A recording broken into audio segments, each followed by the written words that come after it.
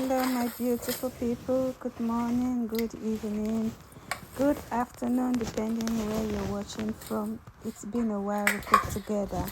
Welcome to Etty's Kitchen.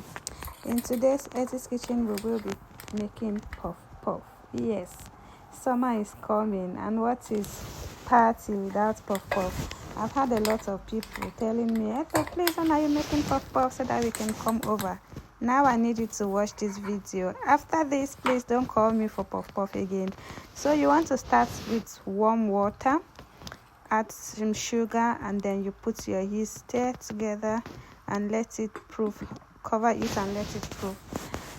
If you see it bubbling, you know that the yeast is active. Now I went in with flour, 2 cups of flour.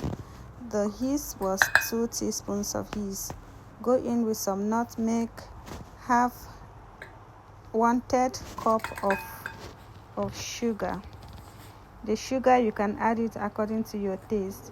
When it comes to sugar in puff puff, I really do not give quantity because people's tastes are different. But for this quantity, 1/3 cup of sugar was just enough for me. Mix together. You can use your hands.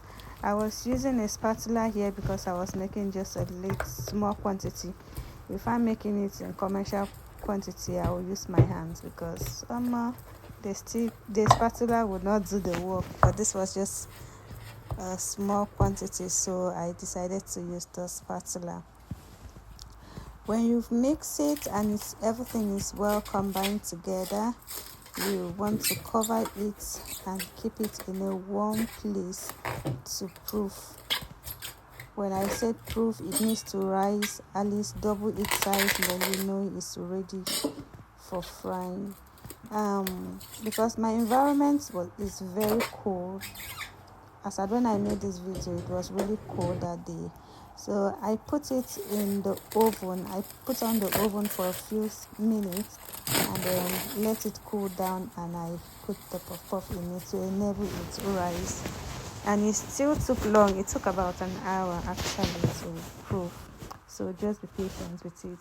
Once your puff puff is ready, you want to go in with oil. Preheat your oil, and because it's deep frying, you want to have enough oil to make sure that the puff puff is dipped into the oil.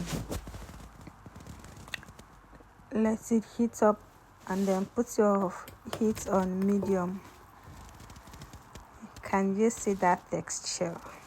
Go in with your hands if you can. A lot of people say they can't use their hands, but for me that is the easiest. If you can't, use a spoon, please. People use spoon and they still come up with very nice shape, but I go with my hands because it gives me the perfect shape for puff puff. And please make sure you wash your hands when you are using your hands. Make sure your hands are clean.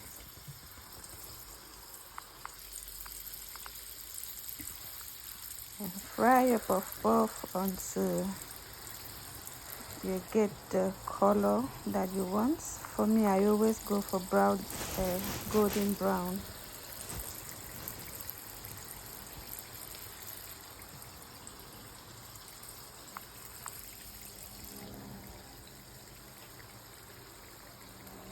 Can you see that beauty? And some of the puff puff can be very stubborn, you know, it doesn't want to turn. Please leave in the comment section if you also face this predicament with turning the puff puff, and what do you do when they refuse to turn? Please, let's learn from each other. Now the puff puff is ready, and then you want to just take it out, put it on the tea towel to make sure that the oil is drained out. And there you are, ready to snack on your puff puff. Will you be trying this? Try it and let me know what you think about the recipe. I love you. Until we cook again, enjoy your puff puff. And for those who are used to calling me for puff puff, please don't call me after watching this video.